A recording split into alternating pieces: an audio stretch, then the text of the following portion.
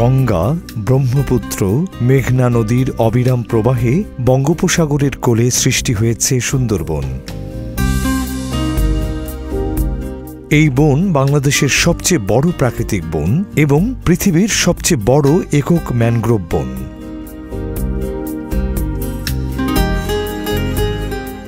সুন্দরবন বাংলাদেশের প্রায় ৬,০১৭ বর্গ কিলোমিটার জুড়ে বিস্তৃত। এখানে রয়েছে জীববৈচিত্র্যের এক বিশাল সমাহার।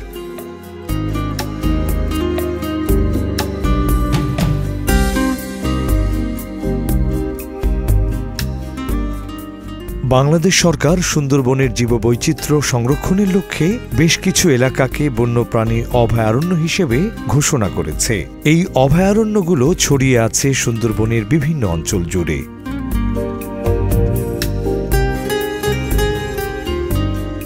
সুন্দরবনে বিভিন্ন আয়তনের ৬টি বন্যপ্রাণী অভয়ারণ্য থাকলেও প্রায় ৭১,০০০ হেক্টর এলাকা জুড়ে বিস্তৃত সাতক্ষীরা জেলায় অবস্থিত সুন্দরবন পশ্চিম বন্যপ্রাণী অভয়ারণ্যটি আয়তনে সবচেয়ে বড়।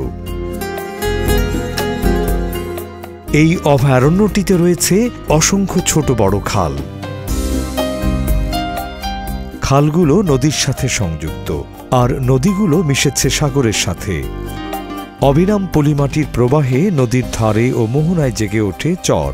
এসব চরে জন্মে বিভিন্ন ম্যানগ্রোভ জাতীয় উদ্ভিদ, ধীরে ধীরে গড়ে ওঠে বন্যপ্রাণীদের বিচরণভূমি।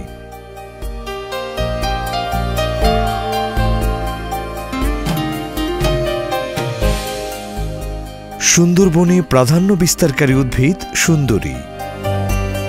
এছাড়া গেওয়া, বাইন, ধুন্দুল, পশুর, কেওড়া, কাঁকড়া, হেঁতাল, গোলপাতা সহ বিভিন্ন প্রজাতির উদ্ভিদ দেখা যায়।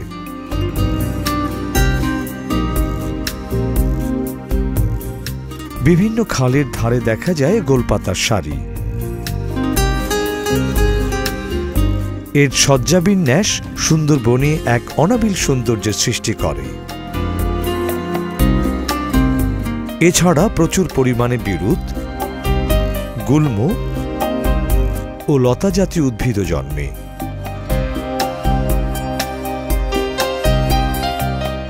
এখানকার পরিবেশের সাথে মানিয়ে নিতে উদ্ভিদগুলো বিশেষভাবে অভিযোজিত হয়েছে।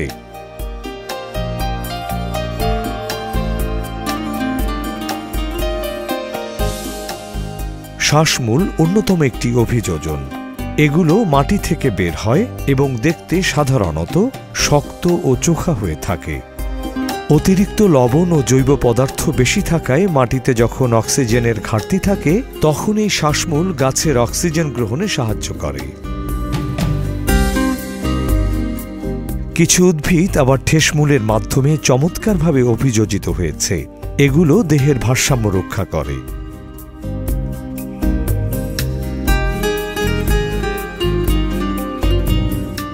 জরায়ুজ অঙ্কুরোদ্গম এখানকার উদ্ভিদের অন্যতম অভিযোজন। গাছে থাকা অবস্থাতেই এগুলোর অঙ্কুরোদ্গম শুরু হয় এবং বীজের ভ্রূণমূলটি লম্বা হয়ে ঝুলতে থাকে।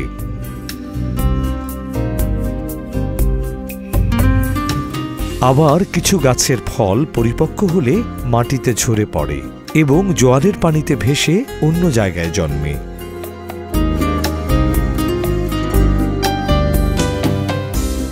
এভাবে অভিযোজনের মাধ্যমেই সুন্দরবনের এই সবুজায়ন। সুন্দরবন পশ্চিম বন্যপ্রাণী অভয়ারণ্যের জলাশয়গুলো জলজ জীববৈচিত্র্যের এক বিশাল ভাণ্ডার।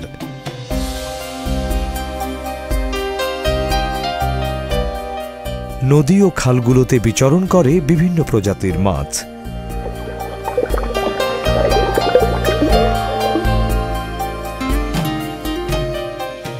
মাছের পাশাপাশি রয়েছে কাঁকড়া, জেলিফিশ, চিংড়ি সহ বিভিন্ন প্রজাতির অমেরুদণ্ডী প্রাণী। এদের পাশাপাশি সুন্দরবন পশ্চিম বন্যপ্রাণী অভয়ারণ্যের নদীগুলোতে দেখা মেলে লোনা পানির কুমির, ভোঁদর, কাছিম সহ বিভিন্ন প্রজাতির প্রাণী।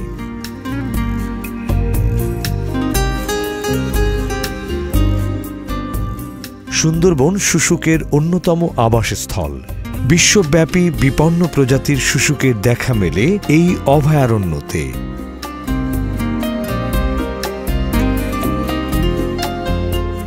বিভিন্ন প্রজাতির উভচর ও সরীসৃপ প্রাণীদেরও বিচরণ এই সুন্দরবন। এখানে বাস করে পৃথিবীর সবচেয়ে লম্বা বিষধর সাপ রাজগোখরা। এছাড়াও আছে গোখরা, কালনাগিনী, অজগর, বড় গুইসহ বিভিন্ন প্রজাতির সরীসৃপ। সুন্দরবনের পশ্চিম বন্যপ্রাণী অভয়ারণ্য পাখিদের অন্যতম বিচরণ ক্ষেত্র। এই ভিন্নধর্মী প্রতিবেশে অভিযোজিত হয়েছে বহু প্রজাতির পাখি।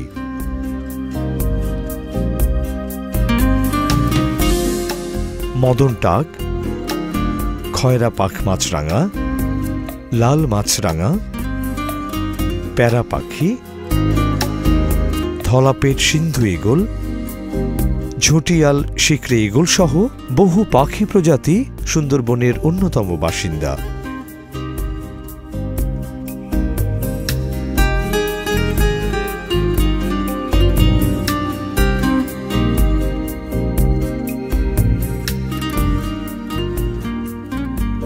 এদেরকে সুন্দরবনের বাইরে খুব একটা দেখা যায় না।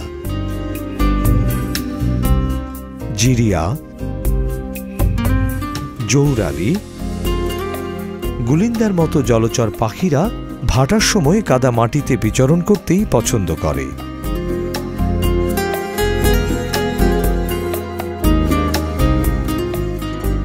স্তন্যপায়ী প্রাণীদের কিছু প্রজাতির বসবাস এখানে।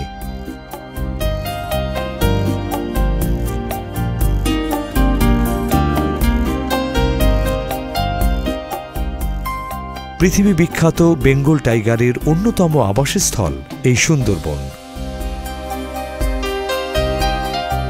এছাড়া চিত্রা হরিণ, সজারু, লাল বানর ও বন্য শূকর সহ বিভিন্ন প্রজাতির স্তন্যপায়ী প্রাণীর দেখা মেলে।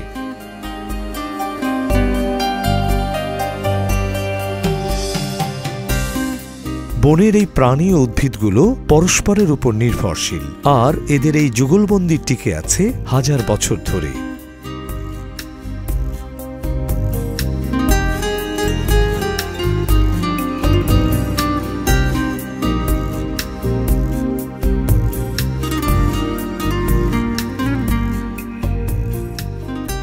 এখানে বন্যপ্রাণীদের স্বাভাবিক জীবন নিশ্চিত করার জন্য বেশ কিছু আইন প্রচলিত আছে, যার কারণে বনের অন্যান্য জায়গাগুলো থেকে এখানে বন্যপ্রাণীরা কিছুটা নিরাপদ।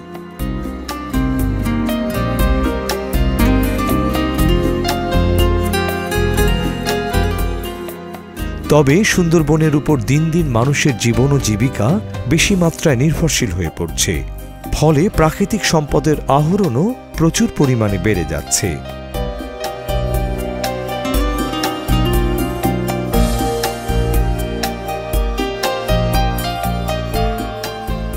এই অবস্থা থেকে পরিত্রাণের জন্য প্রয়োজন বিকল্প আয়ের ব্যবস্থা, ফলপ্রসূ গবেষণা এবং স্থানীয় জনগণের স্বতঃস্ফূর্ত সংরক্ষণ কার্যক্রম।